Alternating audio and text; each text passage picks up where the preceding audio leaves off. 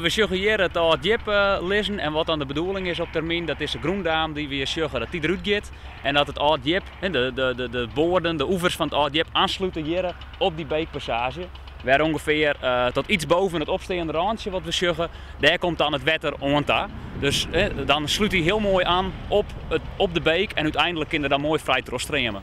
Het oud jip rint correct boven de tienje. De passage is een veilige oerstek voor de beesten. We hebben een ontzettend drukke dik en dan willen we gewoon deze rijden. We sjoggen als je mjaas hier hoe daar zo rijden, dan zou je ze wel lezen.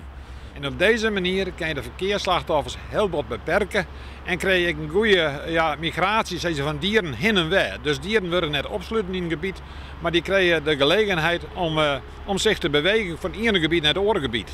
De beesten ben wat wurg, want de passage kostte 2 miljoen euro.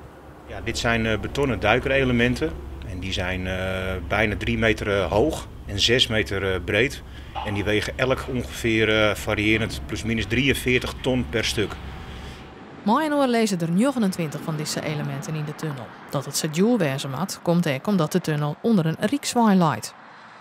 Je kan je vaststellen dat een protte meer werk en meer kosten met zich meebrengt als dat het gewoon onder een gemeentelijke dik waar dan ik maar terug aanlijn worden had. Dus vooral de omstandigheden die maakt het ik duur. De passage met Azenbroek worden door verschillende amfibieën, slangen, vogels en zelfs de otter. Er is een speciale regel voor de ottermakken. De otter dat is het beeldbepalende dier dat ik een beetje in Friesland 2006 heb uitgezet. En vorig jaar anker hier, dan is 10 jaar otter in Friesland. En wat is het mooi dat dit soort passages komen, want dan kan deze dieren zich veilig bewegen onder grote dikken die we steeds meer krijgen. Maar dan is er ook ruimte van die dieren.